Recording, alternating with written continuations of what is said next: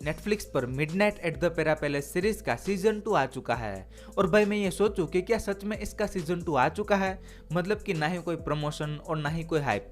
और भले ही इस सीरीज की हाइप उतनी ज्यादा ना हो, पर फिर भी मुझे इस सीरीज का सीजन 1 एक अंडररेटेड टाइम ट्रैवल ड्रामा लगता है।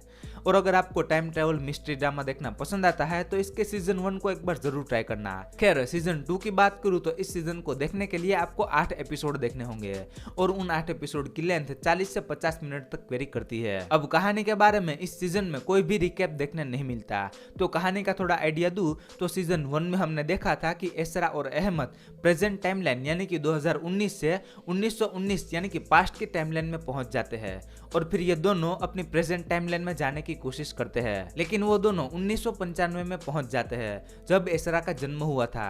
तो क्या अब ये दोनों अपनी प्रेजेंट टाइमलाइन 2019 में पहुंच पाते हैं या नहीं, यह जानने के लिए आपको इस सीजन को देखना होगा। इस सीजन को लेके मेरे एक्सपीरियंस की बात करूं तो देखो, जैसे मैंने पहले ही बताया कि इस सीजन की शुरुआत में कोई भी रिकैप देखने नहीं मिलता और पहला सीजन 2022 में आया था, तो सीजन 1 की कहानी और उसकी एंडिंग में थोड़ी बहुत भूल भी गया था और इसी की वजह से मुझे सीजन 2 की कहानी में कनेक्ट होने में ऑलमोस्ट 2 एपिसोड लग गए। लेकिन इस वाले सीजन की कहानी की बात करूं तो एज एक्सपेक्टेड सीजन 1 जैसी कहानी और पेसिंग इस सीजन में भी देखने मिलती है। पहले एपिसोड में एसरा और अहमद 1995 में पहुंच जाते हैं और फिर उसके बाद वापस से वो टाइम ट्रेवल जंप करते हैं और इस बार वो 1941 में पहुंच जाते हैं और इस पूरे सीजन में 1941 में ही कहानी को सेट किया गया है, जहां पर ये दोनों पास्ट की टाइमलाइन में कोई गड़बड़ करते रहते हैं और फिर उसे ठीक करने की कोशिश भी करते रहते हैं, लेकिन वो ठीक होने के बजाय और भी बिगड़ने लगती है।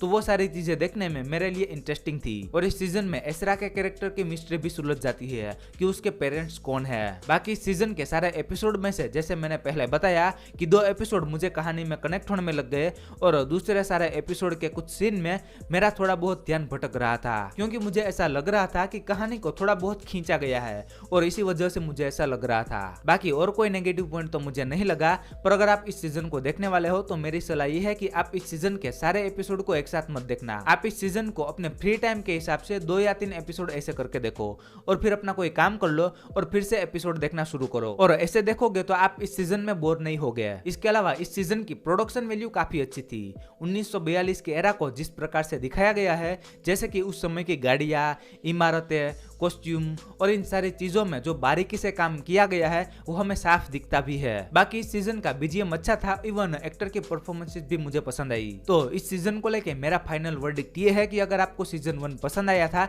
तो ये वाला सीजन भी पसंद आएगा, और हाँ, इस सीरीज का सीजन 3 भी आएगा। पेरेंटल गाइडेंस की बात करूँ तो इस सीजन में बहुत सारे किस सीन देखने मिलते हैं और कोई इंटीमेट सीन या गालियां सुनने नहीं मिलती। बाकी रेटिंग की बात करूँ तो मैं इस सीजन को 10 में से 7.5 स्टार दूंगा।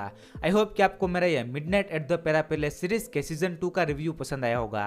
तो अगर रिव्यू पसंद आया है तो वीडियो को लाइक कर देना और चैनल पर नए हो तो सब्सक्राइब भी कर लेना। मैं मिलता हूँ आपको अगले वीडियो में, तब तक के लिए बाय।